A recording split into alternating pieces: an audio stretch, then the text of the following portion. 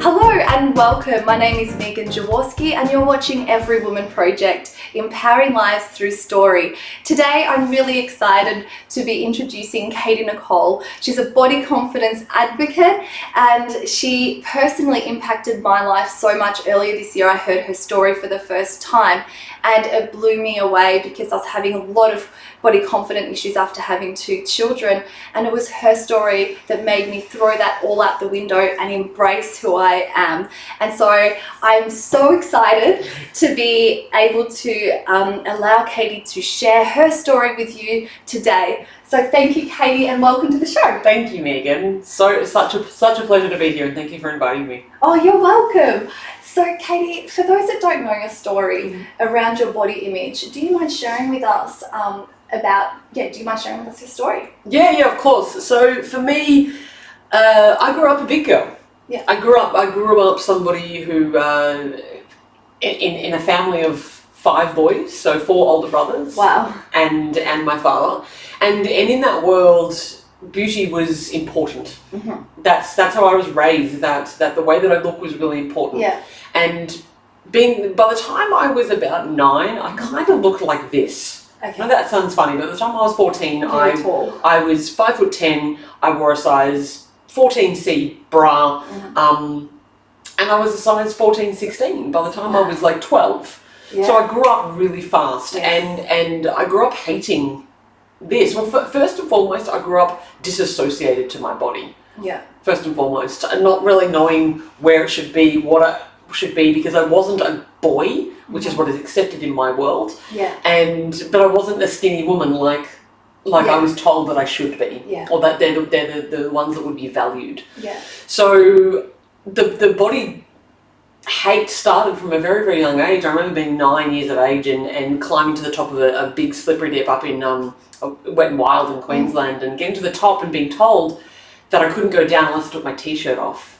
Oh, really? And I was so ashamed of my body that I walked the 12 flights back down the stairs. Wow. And that was at age 9? I was 9 at the time. Crazy. So I was really young to be so aware of me being fat and about my body, and that just continued developing over the years. Teenagehood, and I think, Megan, so often people say, oh, you grow out of it. No. I don't think that's true. No.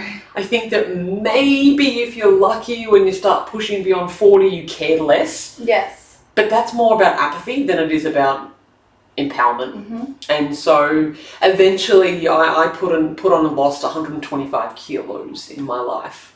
Wow. So lost and put on and lost and put on. Over what years? Like how many A decade, years? maybe? A decade. Yeah. So every other year, so every 2 years. Yeah. I would spend 1 year losing the weight, probably 3 months because I went on a strict diet. Yeah. 9 months enjoying it, and then another year putting it on. Yeah. To the point where I hated myself enough to lose weight again. Yeah. So how did you lose the weight? Varying different ways. I went on the diet shakes. I took the pills. I went on the blood test to make sure what's my blood type diet. Oh, yeah. Every diet that you could possibly think of, I went on. Yeah. Mostly it came down to calorie restricting and lots of exercise. Yeah. All of which was really, when I look back on it now, self-harm behaviour. Yeah. Because I was pushing myself, because I thought that once I got to the point that I was skinny enough, then I would love myself. And did that actually happen? Yeah, no. No, it never does. Yeah. In my experience, what I found is that every time I got to the goal weight, there was something else wrong. Yes. So if it wasn't your weight, it was something to do with your face or something to do with a part of the body. I wasn't toned enough. My boobs weren't perky enough. Yeah. I didn't have a lifted ass, whatever it happens to be. Yes. I think or it's the thigh gap. The thigh gap. It's even worse now, because Yeah. now with everything, it's like the A4 bit of paper challenge where your waist has to be that. I haven't even heard of so that. You don't need to hear about that. It's horrible. Oh, wow. Thigh gap, all that kind of Yeah, stuff. yeah. So I got to the point where I was so miserable and so desperate to have this so-called perfect body and the happiness that I thought would come with it, that I developed an eating disorder. Right. So for 8 years, close to a decade, I spent many an afternoon, evening, many a day binging and purging Wow. because I was so desperate to eat the food that I wanted to eat because I had Yeah. restricted myself so much Yeah. that I would shove it into myself and then purge it. And how did you feel about yourself while you were doing that? Disgusting. Yeah. And what's funny about having an eating disorder is that it afterwards strangely empowered. Really? So after you purged, you After I felt purged, really empowered? Felt really good about myself. Because it's a control thing as well. That's exactly Yeah. right. So all of a sudden I felt like I was in control and I had the Yes. power back. Yes. Over how much you weighed, what you looked like. Yeah. Yeah. And did you find, how did people respond to you? Seeing your weight fluctuate so much over the years, how did the response of other people impact you? Yeah, look, the first few times it happens, people go, when you lose weight, people go, wow, Look amazing. you look amazing. Yeah. What have you been doing? Tell me all about it. Yeah. And significance goes through the roof. Yeah. Oh, look People at don't me. care about your health, they care about how skinny and amazing you are. Correct. Yeah. Correct. Nobody was concerned about how I got there. Yeah, or how mentally you were. Absolutely. Yeah. It was what I looked like. Yeah. And so the first time you lose weight, people are excited for you and you get all the accolades and all the Yes. comments. And then eventually that wears off. Yeah. And people just go back to being you. Mm-hmm. And now all of a sudden I look around and go, where's all my compliments gone? Yeah. All the confidence that I was seeking was external. Yes. And once that wore off, well, what have I have left? Yeah. So I go back to The eating. To comfort to yourself. comfort myself, Yeah. to make myself feel better. Yeah. And the weight started piling on. And then I started learning, because I got all these compliments when I was skinny, then that must be where my value is. Right. So your value is tied up to the number on the scale. Number on the scale. Or the clothing size you're Exactly wearing. right. So if I get to a too high of a point, then Your value. every single kilo that goes on, my value goes down. Wow. Yeah. That's really challenging. And so what was the turning point for you when you realized that it was destroying you, it was destructive behavior? Yeah. What made you flip to no longer following that pattern that you were following? Yeah. I would love to say to you, because Katie from 10 years ago would love to have had someone in the interview say, you know what, I did this one thing. Oh, yes. There was this one thing that I did, this yoga retreat. magic moment. I did a yoga retreat in Bali and it changed everything for me.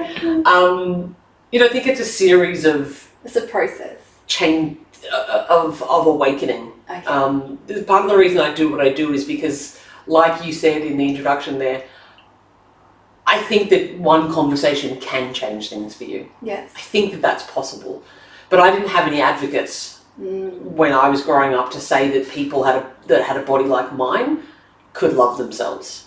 Right. That was never okay. Yeah. So for me, I almost feel like a pioneer in the sense that I learned the hard way. And the hard way meant that I really reached a place where I hated myself deeply, where I was hurting myself, not only from the binge eating, but my behaviour in general. And the words you speak to yourself. Yeah. I became a coach and I was still experiencing all of this while I was coaching people. Right. This was still going on for me while I was helping others. Trying to do the same thing in a problem that I hadn't exactly nailed just yet. I think for me, going on your own personal development journey, getting a coach, getting a mentor, working on yourself, reading the books, doing courses, whatever it happens to be, they were the collection of choices. So you need to go inward because you were saying that everything that you were looking for was external to you. Yeah, correct. So in order to go on this self-love journey, we have to go in and we have to sometimes confront areas of ourselves that we don't want to confront. And I call it the dark side of us. Yeah, nice. And so was that the kind of journey that you had to go on? Was absolutely. When I'm there wrapped around a toilet bowl after just literally vomiting the last 4 hours, and the $50 worth of food that I had spent that's now literally being flushed down the toilet. Each of those moments were rock bottom moments. Yeah. And they got a little bit lower and a little bit lower. And when the alarm would go off at 5:30 the next morning in the middle of winter here in Melbourne to go then train on a completely empty stomach because I spent the night vomiting, I think eventually that there's that little voice inside of you that I think's below the darkness. Yeah. That wants more. Yeah. It's why we listen to stuff like this. It's Yes. why we have these conversations. Because we know deep down that that there is more, that Yeah. we do deserve more. Yeah. It's a matter of maybe. Maybe. It's like there's this tiny little glimmer, maybe, Yeah. possibly. Yeah. And I think that it all started with me making a decision to follow that voice instead of the others. Yeah. That tells you that you're not worthy, you're not lovable, you're fat, you're ugly. You know, all of the things. All of those things that I think quite often many of us have played in our minds. Yeah. And so once you started coaching and getting on that journey, because I believe that self-love is a journey. Definitely. And I think we're constantly evolving in that. Mm-hmm. Tell me, what are you doing now to empower women? So there's a lot of women watching this show, a lot of mums. What do you do now to help them? Yeah, so I agree with you. I think that it's something that I teach my clients on a very regular basis, is that self-love is a practice. Yes, absolutely. There's no end point.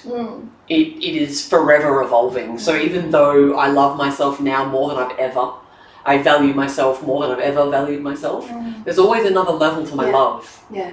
Can I share with the audience, please, what you did at the Seven Sisters Festival and how it impacted me? Love you too. So at the Seven Sisters Festival, that's when I first saw Katie. And as she was speaking, she shared her story, and then she was talking about how much we need to love our bodies. And she took off all her clothes but her underwear.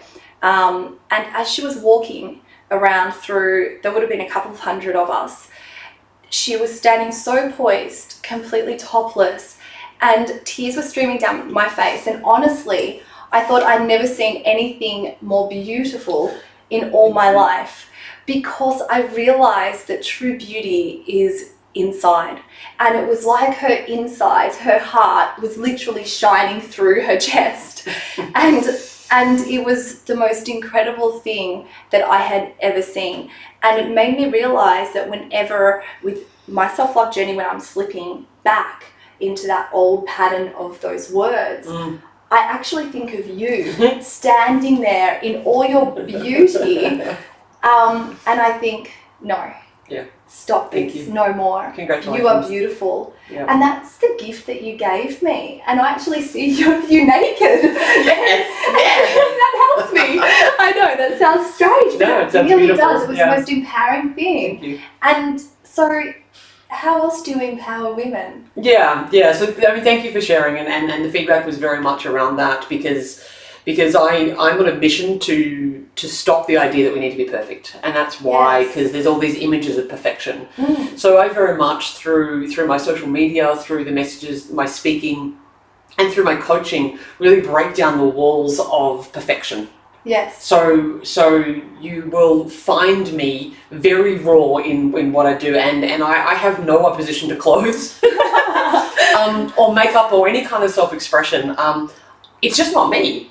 So you might see me with makeup on if I want to wear makeup, or if you don't, or if I don't, then I don't. And that's true beauty, isn't it? It's perfect. It's however you want to express yourself. I think is incredible. So what I fight for and what I advocate for my clients and when I speak is very, very much about removing the idea of perfection. Yes. That we need to be something that we're not. Yes. Because what you are right now is already enough. Yeah. And I know that that's a really tough message to hear, because the whole world tells you something else. But the truth is that there's no way you can ever love you when you get to a certain destination. Yeah. You have to love where you are now, and then that propels you to where you need to be. Absolutely. And it's so important that we do love ourselves for right where we're at, whether that be stretch marks, cellulite, extra weight, floppy arms, whatever it is. All of it. All of it. We've got to love all of it, because every part of it tells a story. And we wouldn't be who we are if we didn't have that. Yeah. It doesn't mean that we have to stay that way if we choose not Correct. to.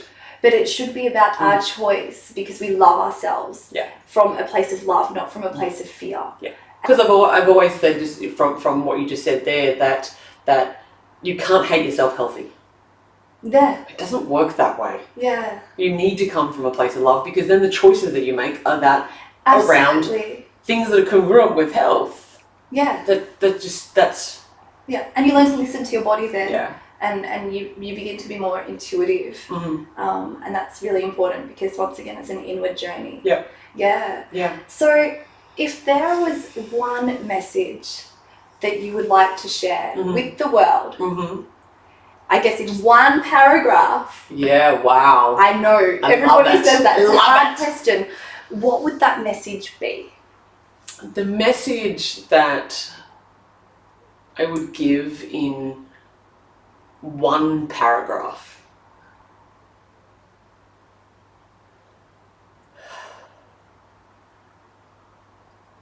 No one can beat you but you. There is no one like you on this planet that has ever existed and that will ever exist again. And if you keep trying to be someone else, you will forever be miserable.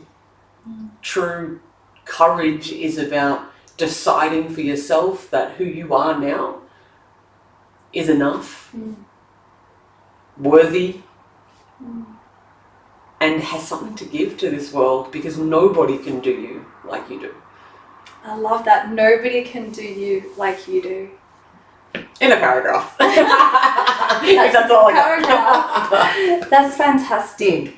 I want to say thank you so much for coming on this show. And I know that many people watching could resonate with your story. And so if you would like to get in touch with Katie Nicole, can you please just share your website that they can just go to? It's moreconfidence.com.au. Correct. Great. Spot on. Okay. Pretty easy. If you're feeling like you need more confidence. More confidence. Just Google it and it comes up. I've done that. Yeah. And also feel free, if you have any questions or any comments, please type them below this video, because we would love to hear from you. Definitely. And I know Katie would be more than happy to answer any questions that you have. And for other episodes, check out meganjaworski.com, because there's other inspiring interviews there as well. And thank you for watching Every Woman Project, because your story is worth loving. Bye for now.